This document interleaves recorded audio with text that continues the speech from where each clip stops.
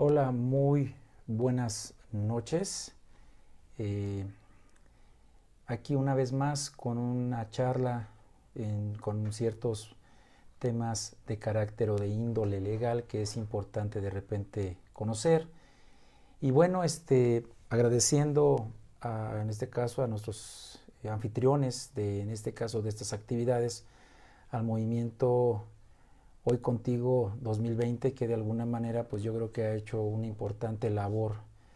Yo creo que ha hecho una importante labor, vamos a decirlo, que de alguna manera han permitido que se den ciertos temas de carácter o de índole legal, como yo mencionaba, y que bueno, en esta ocasión el tema de nuestra charla va a incidir en el tema de lo que es los créditos y un poquito entender cómo trabaja dentro de todo lo que es el sistema financiero mexicano.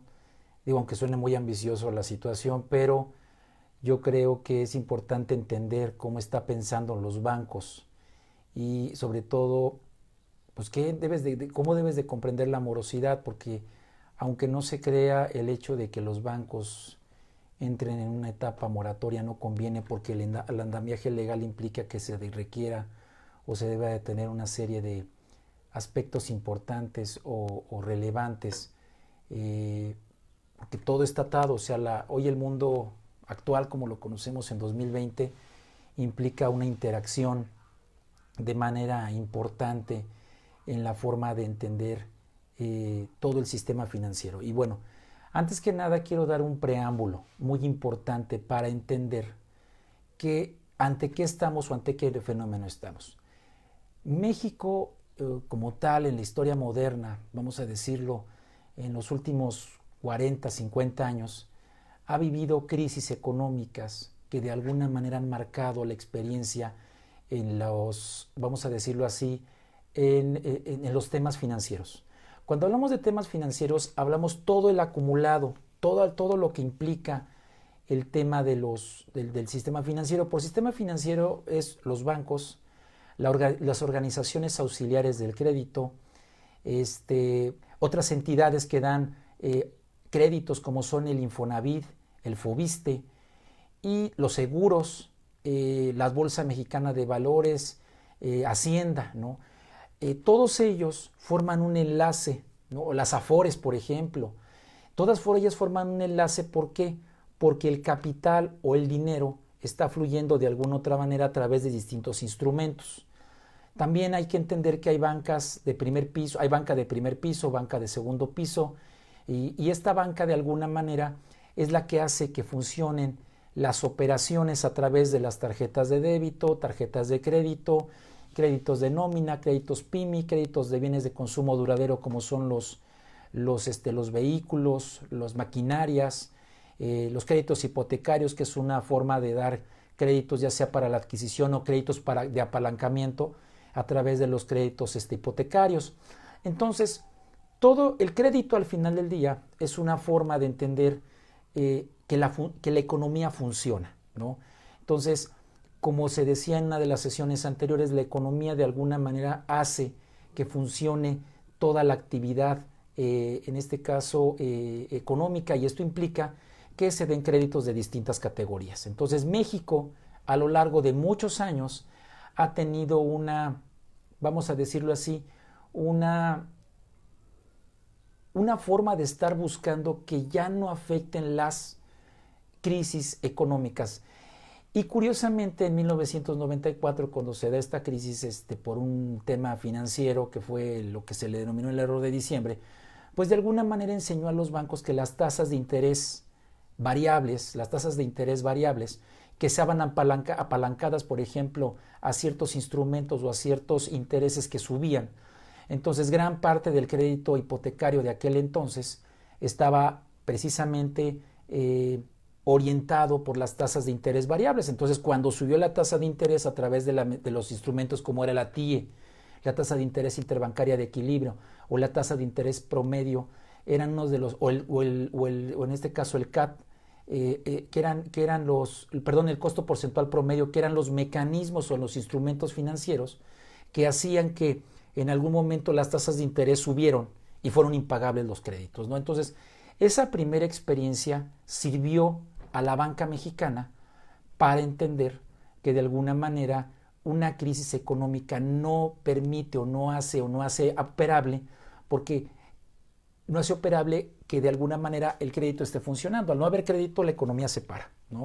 Entonces, aquí lo importante es que el crédito y los instrumentos y los depósitos y todo esté funcionando para que pueda fluir. Entonces, un primer momento en la historia moderna mexicano fue el crédito hipotecario, ¿no? que en este caso se ancló con la crisis de 1994 a tener tasas de interés fijas, ¿sí? Que en este caso ahorita tenemos uno de los mejores momentos en las tasas de interés para adquirir créditos hipotecarios, pero bueno, ese es el primer momento. El segundo momento se da para entender esta crisis, y en este caso lo que hicieron las instituciones que en este caso están tratando de poder paliar los efectos de una inactividad económica, vamos a decirlo parcial, porque sabemos bien que hay actividades esenciales que sí tienen una actividad y siguen funcionando, entonces la economía como tal no está detenida, ¿no? Entonces, aquí el tema es lo que fue la pandemia del H1N1 en México, que llegó y que tuvo una parálisis relativa de la actividad económica,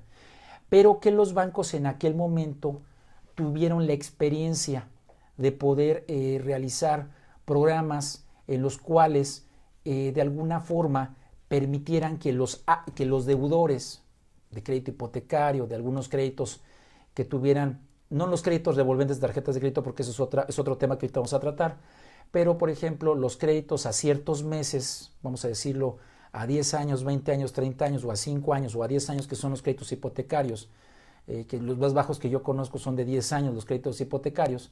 Entonces, de alguna manera estamos hablando de 120 meses a lo mejor, en los cuales los bancos dijeron, ¿saben qué?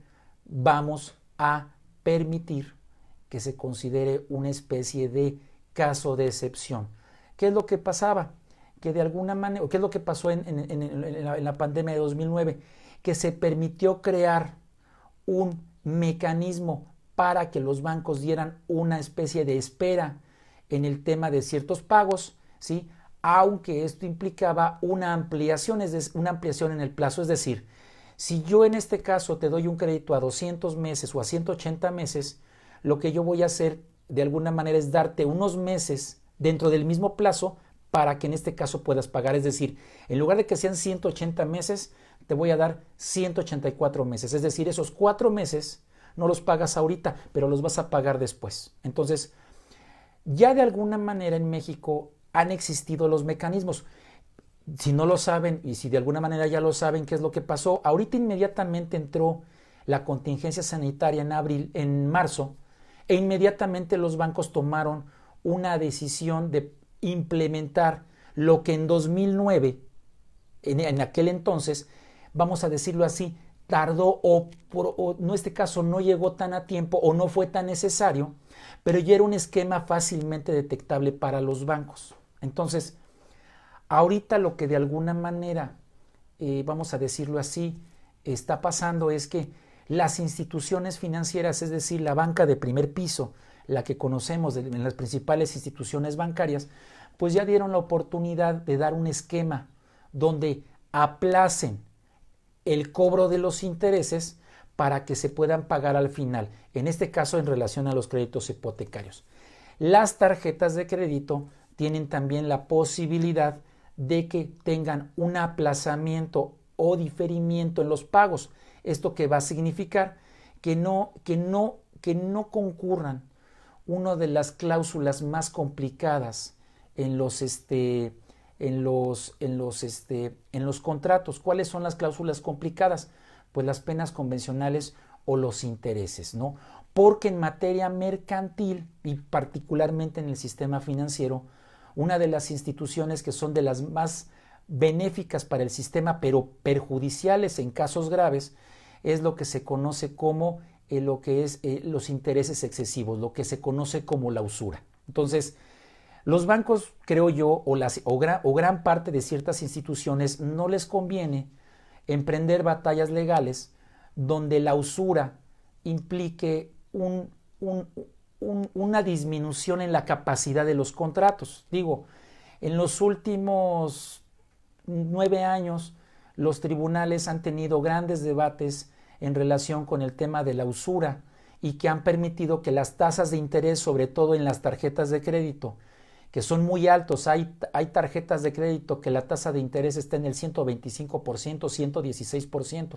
Esto con datos de la Conducef, o sea, no es algo que yo esté especulando, esté generando el dato, sino que hay mecanismos, sobre todo el Banco de México emite claramente boletines, en este caso publicaciones en las cuales compara las tasas de interés. Entonces, el detalle del crédito es que es muy fácil obtenerlo hoy en día relativamente, pero el problema es que si no hay una verdadera continencia en el tema de los créditos, sobre todo de tarjeta de crédito, porque en crédito hipotecario, como yo les dije, con motivo de la experiencia mexicana con la crisis de 1994, las tasas de interés en créditos hipotecarios ya son fijas. Entonces, lo que aquí se debe de considerar es si hay alguna interrupción del flujo del dinero con el que pagas tu crédito hipotecario, entiéndase por el salario, entiéndase porque tu actividad económica como empresario, como emprendedor se vio limitada,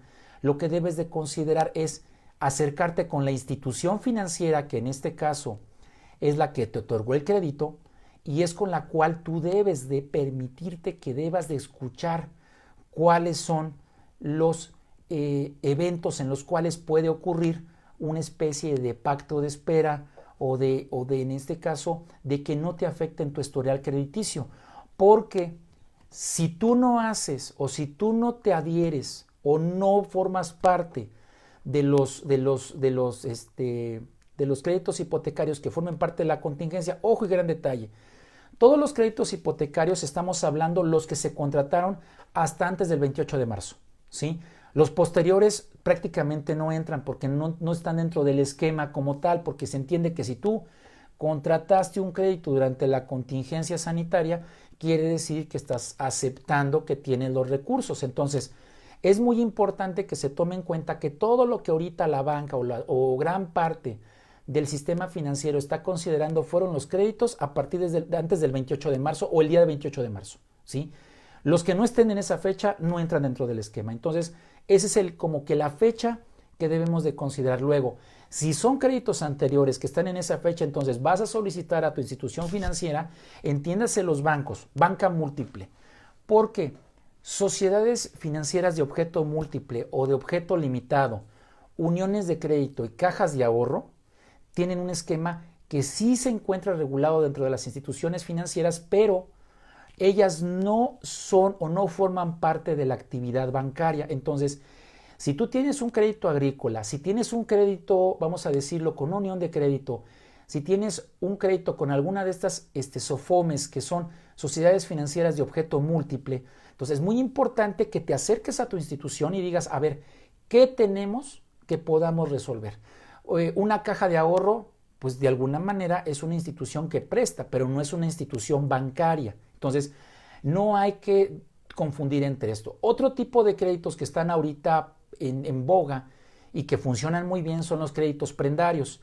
El crédito prendario tuvo también una restricción por parte de la Comisión Nacional, de la Conducef, porque de alguna manera lo que es las renovaciones o en este caso los repagos que se tienen que hacer en relación a ello, también se están considerando por algunas de las casas de empeño. Entonces, tenemos aquí que también dentro del sistema de créditos debemos de considerar no solamente las instituciones bancarias, sino que también debemos de considerar aquellas otras organizaciones auxiliares del crédito y otras de las actividades que tradicionalmente sirven para financiar y para obtener recursos, ¿no? Que es como las casas de empeño o en este caso los contratos de prenda, que en este caso han sido y seguirán siendo grandes opciones de financiamiento en casos de alguna contingencia. Ahora, ¿qué se debe de considerar en cualquier crédito que hayas obtenido antes del 28 de marzo? Que en este caso tu institución tenga un programa. Ahora, ¿qué va a pasar? Un detalle muy importante antes de que se me pase. Infonavit ¿sí? Foviste pues no tiene problema porque los créditos que están dando de Foviste, a menos de que pierdas el empleo por parte del gobierno, del gobierno local o federal, que te corran o que sea una limitación a alguna actividad que ahorita no está pasando dentro de la actividad burocrática, no hay recorte de personal como tal, salvo las excepciones que hubiera en el caso por alguna razón. Estoy hablando de Foviste. Lo que es Infonavit en crédito hipotecario, si en este caso te llegan a dar de baja por alguna razón dentro de las prestaciones o te llegan a correr por alguna cuestión también y te dan de baja de las cuotas obrero patronales o te están descontando de alguna manera de lo que es tu salario, te están descontando tu pago, entonces tienes que considerar cuáles son los mecanismos y en su caso, si tienes el seguro de desempleo, que el seguro de desempleo te va a permitir paliar durante un buen tiempo lo que va a ser el tema del recurso. Entonces, por eso poníamos el título, el crédito va anclado en cierto modo con los seguros, porque ya hay el seguro de desempleo a partir de una crisis también económica que hubo también a nivel mundial, se incorporan dentro de los sistemas de crédito para poder tener un financiamiento. ¿Por qué? ¿Por qué es importante considerar esto? Porque una cartera vencida para efectos fiscales de los bancos, una cartera vencida para las disposiciones en materia bancaria es pérdida. Y hacer uso de mecanismos que nos van a afectar. No sé si recuerden el FOBAPROA, ¿no? Entonces, el Estado tiene que garantizar que de alguna manera haya la fluidez del dinero. Entonces, pareciera tan complejo, pero es muy sencillo. Si no hay transacciones económicas, las cuales se hacen a través del crédito, entonces no hay actividad económica. No le conviene a los bancos que tú estés en buró de crédito, porque si entran en buró de crédito, va a pasar como ocurrió en la crisis de 1994. Entonces, ahorita es muy importante que tú tomes en cuenta, ¿sí?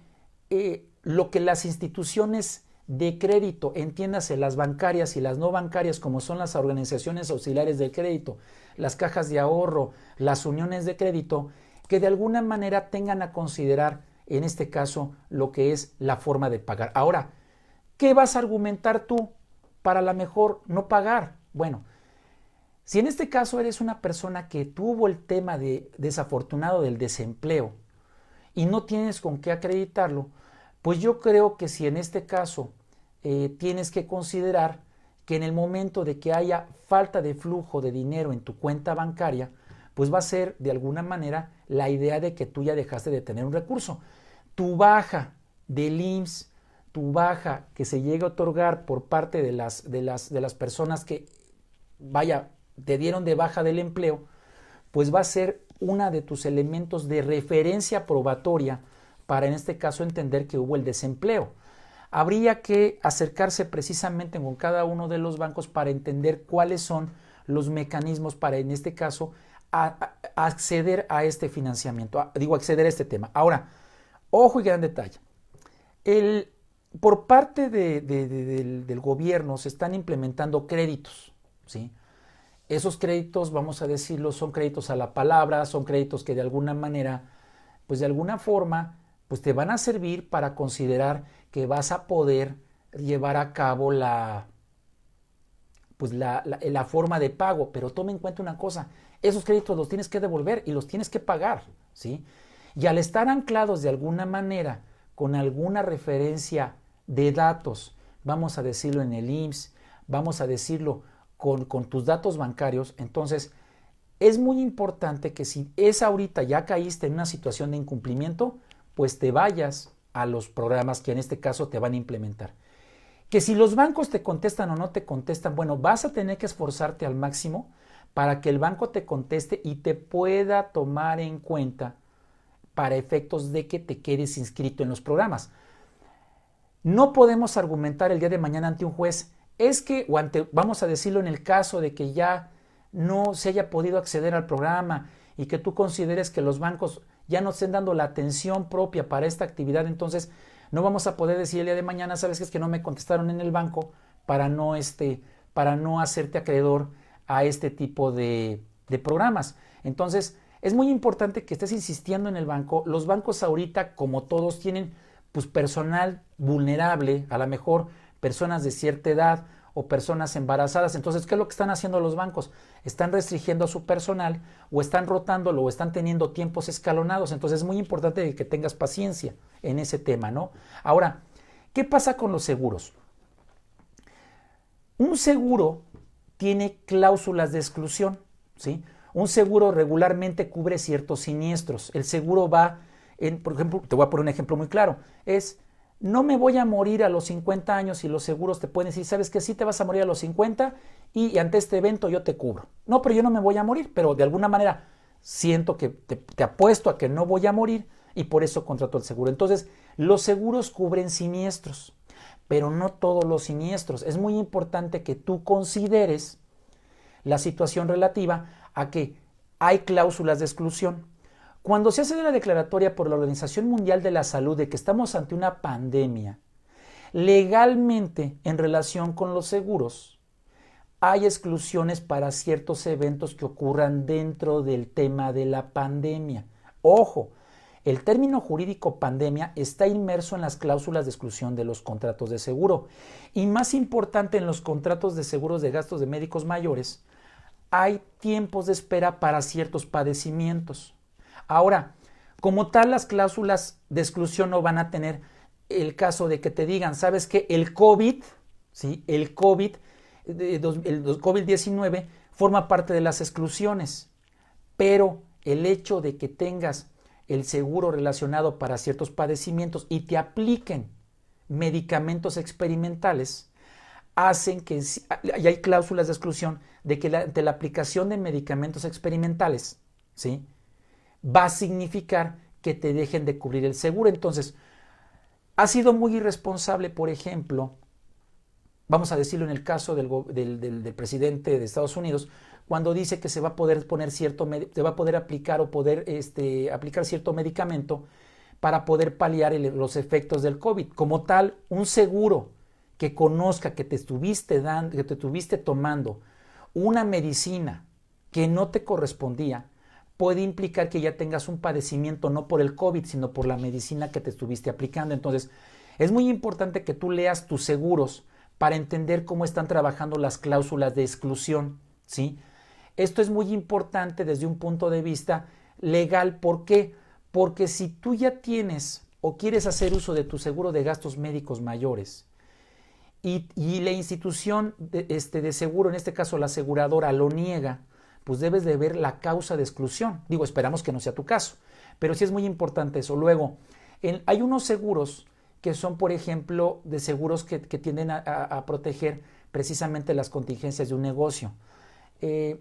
Una actividad paralizante como es lo que ahorita ha sido la contingencia sanitaria no está contemplada salvo que implique daños materiales. Entonces, en materia de seguros debes de tomar en cuenta muy claro tus cláusulas de exclusión.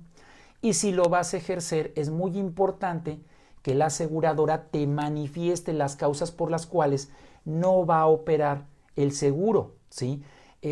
Ahora, están vendiendo actualmente unos seguros de gastos médicos donde están incluyendo el COVID.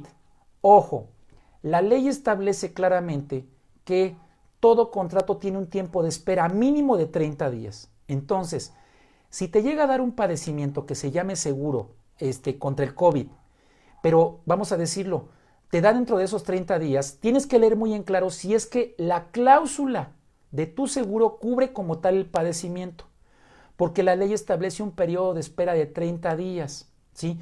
Porque se trata de evitar precisamente que las instituciones de seguro se ven afectadas por simulaciones en la enfermedad. Entonces, es muy relevante tomar en cuenta que una contratación del seguro, vamos a decirlo así, se va a tomar en cuenta como una referencia para entender cómo es posible contratar el seguro, ¿sí? Un seguro de desempleo también tómalo en cuenta, que ahorita pues necesitas leer mucho las cláusulas de exclusión. ¿Por qué? Porque las aseguradoras no es que sean malas en su forma de trabajo, simplemente que ahorita hay muchos eventos que no se van a entender sino cuando ya pase la pandemia o pase el periodo de normalización. Mientras estemos en el semáforo rojo, gran parte de las actividades, porque ya se supone que ya superamos la contingencia. En el momento que hay un semáforo, ese es el indicativo que vamos a una etapa de normalización con la enfermedad, no sin la enfermedad, porque no hay vacuna todavía. Entonces, ¿qué es lo que va a pasar? Que tenemos una contingencia, vamos a decirlo, en modo semáforo. ¿Esto qué va a significar?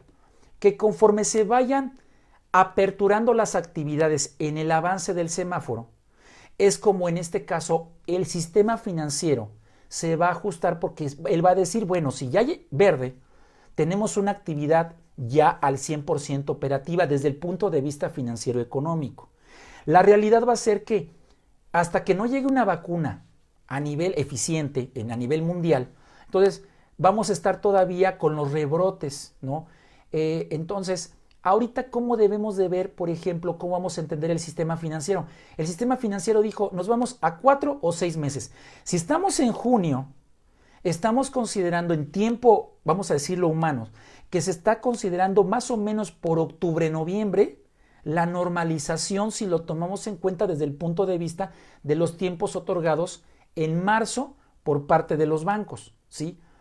Técnicamente, estando en junio con una etapa de normalización, tenemos un punto de vista relativo de que la actividad económica va a tener un pequeño repunte, si es que estamos siendo claros. Ahora, esto en el tema jurídico, ¿qué va a significar? Bueno, al final del día, hablábamos de los conceptos de fuerza mayor y caso fortuito, y de alguna manera aquí es cómo podemos nosotros transitar para poder defendernos ante cuestiones en las cuales, vamos a decirlo así, no alcanzamos los programas, ¿no? O tenemos otro tipo de relaciones que de alguna manera mensualmente tienes que estar pagando una cantidad de dinero. Bueno, si al final del día, por alguna razón, no puedes pagar, tienes a tu alcance una acción legal que está contemplada en el Código Civil, donde tienes un periodo relativamente corto de 30 días, me parece, en el cual tú puedes hacer uso de una modificación a las cláusulas de tu contrato, ¿sí? Es bien importante considerar que el semáforo, a partir de que haya la actividad verde, ¿sí? Es decir, supongamos un 30 de julio, supongamos por algo así, entonces, a partir de ese momento, lo que no hayas hecho antes, por tratar de llegar a esos acuerdos, a partir del semáforo verde va a tener otra dinámica, porque mientras estamos en semáforo rojo, como lo comentábamos en la sesión anterior, estamos en un caso de excepción, donde no está parada totalmente la economía, donde las fuerzas de seguridad no tienen todavía la facultad para limitar el libre tránsito. Ahorita lo que hay es una restricción sanitaria, pero no paralizante de tu derecho de libre tránsito. ¿Esto qué implica? Que si hay una actividad económica no tan paralizada, pero sí constante. Entonces, por eso es que los bancos razonadamente dijeron, bueno, a mí no me conviene que un deudor caiga en morosidad después de la etapa, mejor ahorita controlo la morosidad, te doy la oportunidad de un pago posterior y vamos a seguir trabajando. Y a ti te conviene. ¿Por qué? Porque no te vas a ver afectado en buró de crédito. Vas a poder tener todavía la contratación de un crédito, por ejemplo, de automóvil más adelante. ¿Por qué?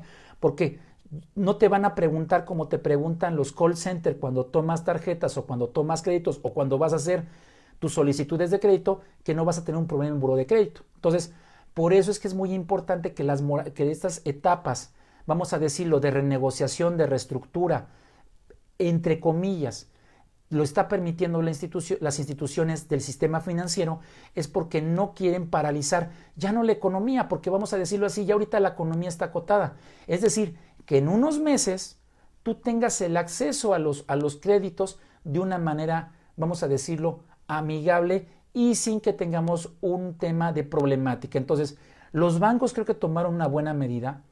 Las cajas de ahorro deben de tomar las medidas en el mismo sistema. Las uniones de crédito deben de seguir esta dinámica, porque al final del día no le conviene tener deuda. Y clasificar la deuda es hacer uso de recursos y una serie de elementos, ¿no? Los seguros, vamos a leerlos en el tema de las cláusulas de exclusión y cómo te pueden afectar ante la existencia de un padecimiento o que sufras un padecimiento del COVID, ¿no? Vuelvo en este caso a considerar que si eres un empresario, más que nada, porque creo que quedamos claros en la sesión anterior, que cuando eres un trabajador puedes hacer uso de ciertos derechos por parte de las autoridades protectoras del trabajo.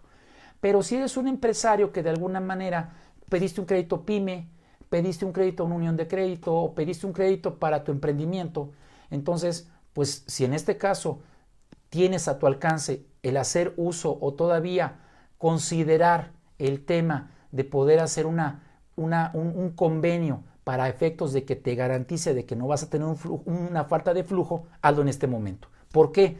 Porque una vez superado, ¿sí?, el semáforo verde, las reglas del juego, haz de cuenta que siguen. Quizás haya programas de créditos para recuperación, como siempre los va a haber, porque siempre es un negocio la recuperación de las personas que quedaron sin crédito. O sea, siempre es un mecanismo y no lo digo desde un punto de vista negativo. Al final del día la economía nos hace y nos permite acceder a satisfactores buenos, ¿no?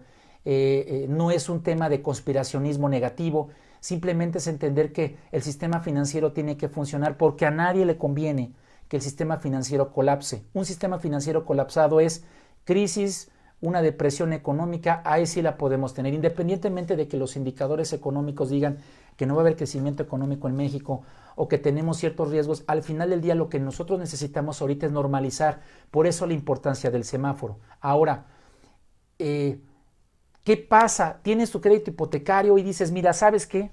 No voy a poder porque a lo mejor ya pagué 1,000,000 de pesos de 2 millones que pedí de crédito hipotecario. No me siento seguro de encontrar un empleo, a lo mejor necesito capitalizarme. ¿Qué puedes hacer? Pues vende tu casa con tu crédito hipotecario. Lo puedes hacer. ¿Qué va a pasar en el mercado inmobiliario en estos tiempos? Van a pasar dos cosas muy importantes. Que ahorita va a haber una sobreoferta, ¿sí? Va a haber buenas oportunidades y sobre todo recordar que los créditos hipotecarios siempre están anclados a un avalúo, porque cuando los tienes que contratar, tienes que considerar, en este caso, que los avalúos los va a otorgar el banco a partir de, perdón, los créditos los van a comenzar a otorgar a partir de los avalúos. Entonces, tú vas a decir, bueno, es que a lo mejor se va a abaratar la vivienda. No, lo que va a pasar en realidad es que la vivienda, que tuvo una burbuja inmobiliaria en México importante, va a estabilizarse los precios, ¿sí? Siempre en materia inmobiliaria vas a tener el que siempre quiere vender caro y el que quiere comprar barato. El punto de equilibrio es el precio de operación. Entonces, yo tengo un crédito hipotecario, tengo la duda de continuar y me quiero capitalizar, pues puedes vender tu casa, ¿sí? Porque al final del día, los créditos hipotecarios están garantizados por una tasa fija, ¿sí?, de interés. Ya no es como en la crisis de 1994, que había tasas de interés variables y donde agárrate, si había fluctuación del dólar, Dios te ampare porque eran impagables esos créditos. Y hubo una reestructura, después lo entendieron los bancos, 5 años, 4 años después lo entendieron, bueno, 3 años prácticamente lo entendieron que era necesaria la reestructura, porque era imposible estar con la firmeza de un contrato. Entonces, asuma de todo esto, lo interesante de esta plática, que yo creo que es de toda esta información que estuve dando, es en primera, que tomes en cuenta los programas en este caso de contingencia crediticia que te permitan a ti, vamos a decirlo así, cumplir. ¿Van a ampliarse los plazos del crédito? Sí, porque vas a pagarlo, vuelvo a repetir en el ejemplo, si tu crédito es a 180 meses, vas a tener que pagar 4 meses más, pero que te están diciendo que los intereses los vas a pagar al final. Entonces, los bancos están dando ese chance. ¿Es bueno? Sí, porque no tienes tu problema en buró de crédito, no vas a tener el día de mañana y en el corto plazo que quieras, supongamos que ya nos normalizamos en un escenario positivo en octubre, noviembre, en enero, febrero o lo que sea, vas a tener tu crédito hipotecario al 100%. No vas a tener ningún problema desde el punto de vista con la consulta habitual que tienen en buró de crédito.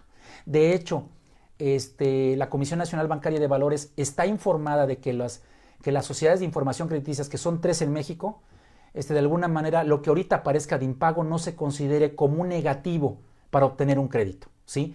Entonces, también, por favor, no utilices el crédito hipotecario o un crédito de automotriz si no hay certeza todavía en ciertos temas? Es decir, no estamos en un escenario tan negativo como fue en 1994, que fue terrible para el sistema financiero, una crisis brutal para México, para muchas familias, donde hubo pérdidas por suicidios, por muchas cosas.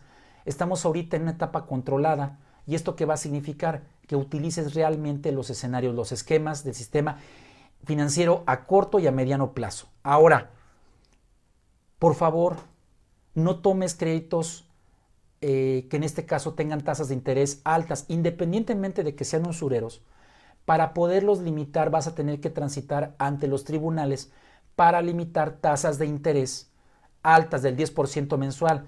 120% mensual en tribunales implica reducción de la tasa de interés. Entonces, ten cuidado con los créditos que en este caso te lleguen a otorgar, ¿sí? Y sobre todo, ten cuidado con aquellos mecanismos de crédito fácil. ¿Por qué? Porque al final del día van a limitar tu capacidad de dinero en los próximos meses. Si te das cuenta desde un punto de vista económico, 2020 va a significar un año muy difícil desde la actividad financiera y económica, mucho más en el tema legal, ¿sí? A nadie le interesa transitar ahorita en tribunales la reclamación de contratos, pese a que puedas tener reclamaciones o que te digan que en un mes te van a reclamar un crédito. Literalmente es imposible, simplemente las instituciones de justicia están limitadas. Entonces, no hay nada como la mediación, la conciliación, un acuerdo sano que te permita a ti transitar como lo hicieron ya los bancos, porque al final, te vuelvo a repetir, no les interesa que te caigas en morosidad. Y hay una serie de problemas que caen en la morosidad.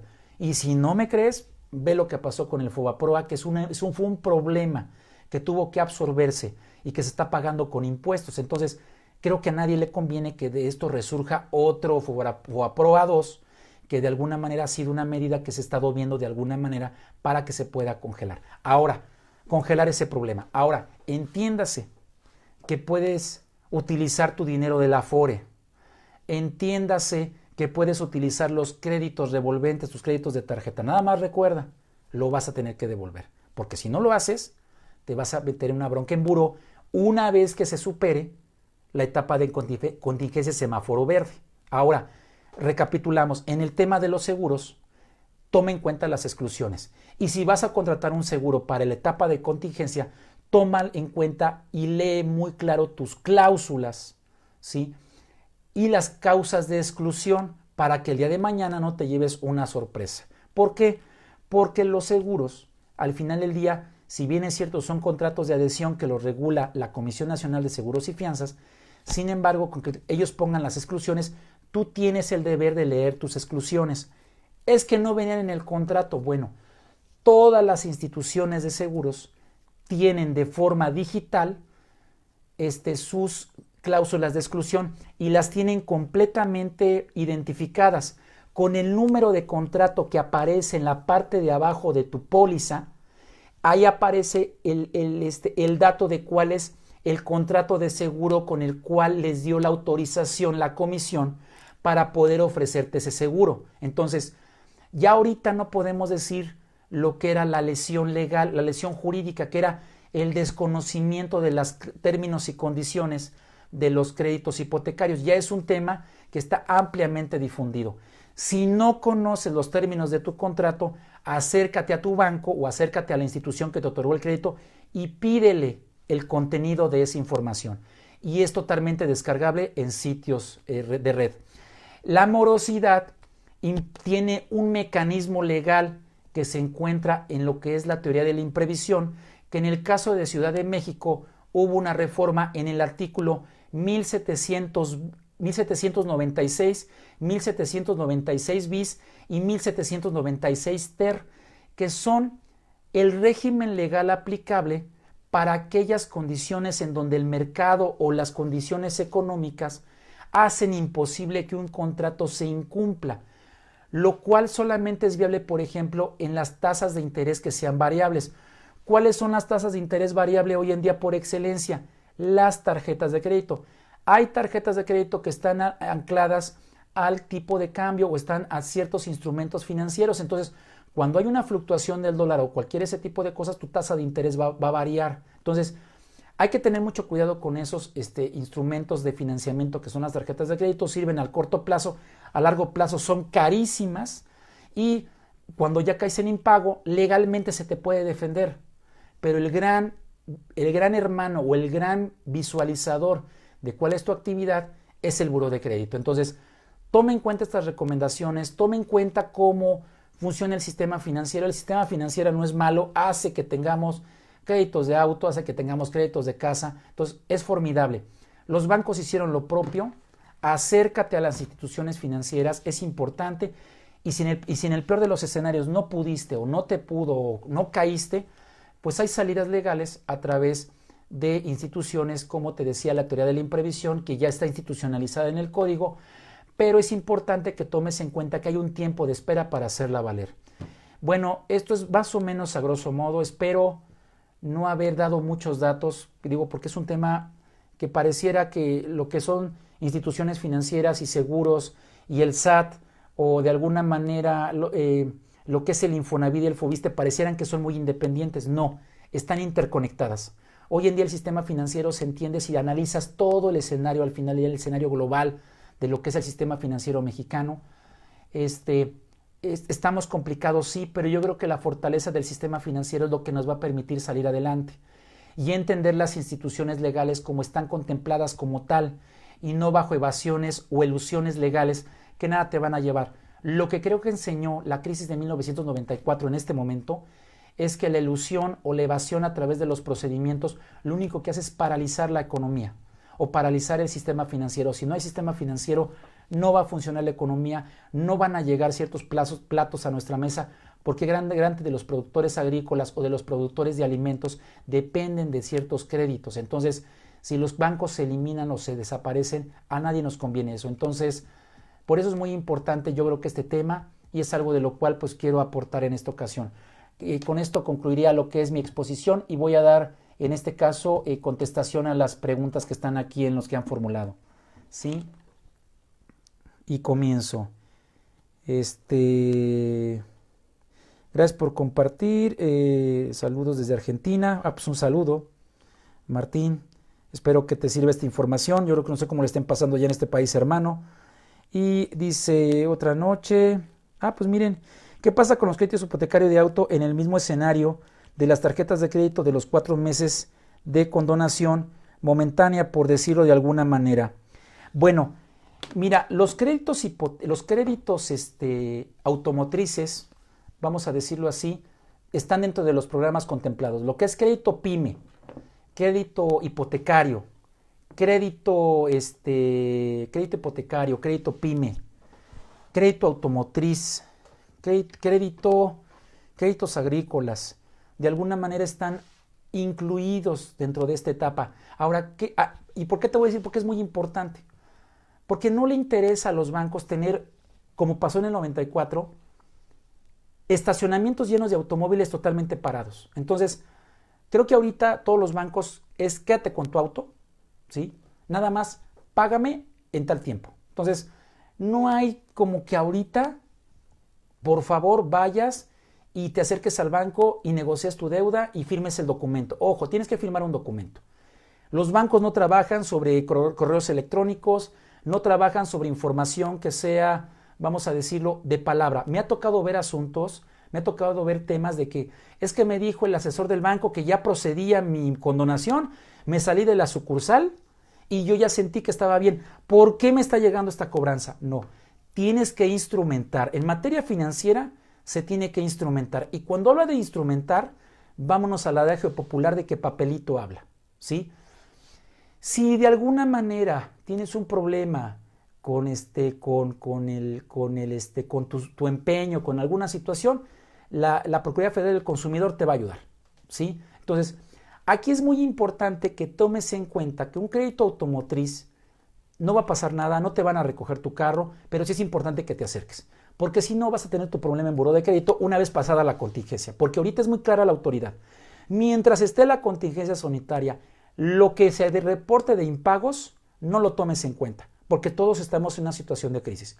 Pero, normalizada la situación con el semáforo, ahí sí, lo que pase después de esa etapa, ese día, vamos a decirlo, y bajo el adagio de que no hay plazo que no se cumpla ni tiempo que no se agote. Entonces, vamos a decirlo así, en ese momento, ese día, el veintitantos, el 15, el 5 de algún mes de 2020, esperando que así sea todo el tema, en ese momento, ahí sí, lo que pase después de esta temporada ya vas a estar en buró. Ahorita no pasa nada, ¿por qué? Porque la autoridad está entendiendo ese tema.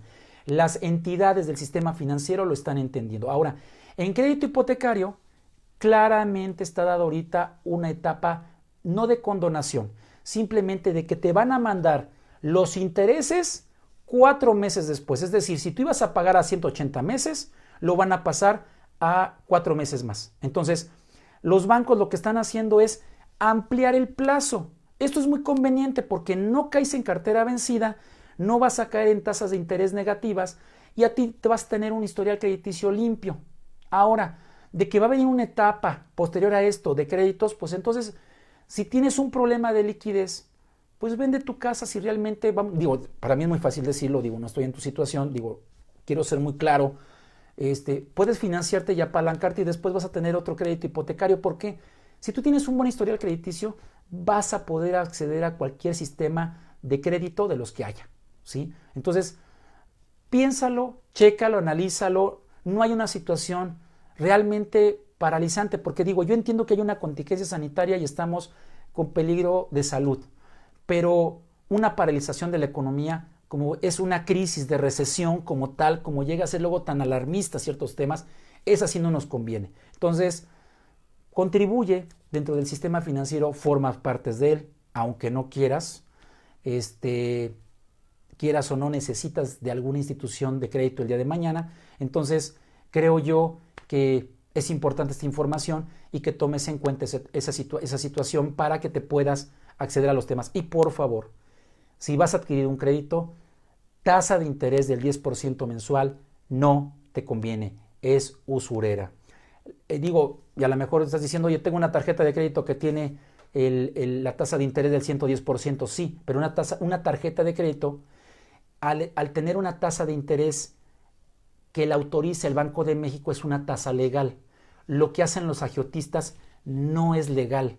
Y ojo, ahí está que puedes empeñar en el peor de los casos, digo, en el peor de los casos no porque sea algo negativo, digo, desprenderse, digo, en algún momento de la vida alguien ha empeñado, yo he empeñado, pero me ha permitido que el empeño me dé financiamiento rápido y recupero en 90 días el dinero. Entonces, si tienes alguna actividad o tienes algún tema, o vas a pagar tu renta, vas a pagar algún tema que sí te importe, el empeño te hace el financiamiento y después lo regresas, no hay ningún problema. Pagas de tu boleta lo que tienes que cubrir, entonces no es malo. Sí, creo que no hay más preguntas, creo que fue muy claro. Bueno, no sé, a lo mejor fue muy complicado el tema. Espero que no. Traté de facilitarlo por la información que confluye, que es un tema muy interesante. Y pues si no tienen alguna otra pregunta, concluiría la transmisión agradeciendo al movimiento hoy contigo y esperando que si hay algo, yo me gustaría y les quiero proponer una temporada donde digamos lo que es el tema rumbo a la normalización. ¿Por qué? Porque van a pasar otros fenómenos. Es como, vamos a decirlo así, viene la etapa de normalización, va a venir la etapa de qué vas a hacer cuando ya estén los tribunales instaurados, qué es lo que tienes que pedir. El día de hoy hubo un tema de una persona que de alguna manera tuvo una inquietud con el tema de los despidos, que cuando tienen cobranza y que les están haciendo firmar pagarés para que continúen con ciertas actividades. Entonces, yo creo que ahorita podríamos aportar otro dato interesante, algunos temas rumbo a la normalización. Espero que así lo quisieran. Agradecemos nuevamente al programa, al Movimiento Hoy Contigo 2020. Gracias, Miriam, en este caso por haberme invitado a esas 3 charlas. Vamos a ver a lo mejor en este momento cómo vamos a trabajar a través de la normalización y esperando que en este caso sea para ustedes interesante. Y bueno, sería todo y pues agradecemos a los que nos hayan acompañado. Esperemos que no haya sido un tema muy duro por el tema de la información que está fluyendo. Y pues un saludo a todos y agradeciendo su paciencia para este tema. Y muchas gracias. Doy por concluida la sesión. Buenas noches, saludos Argentina y saludos a todos. Muchas gracias.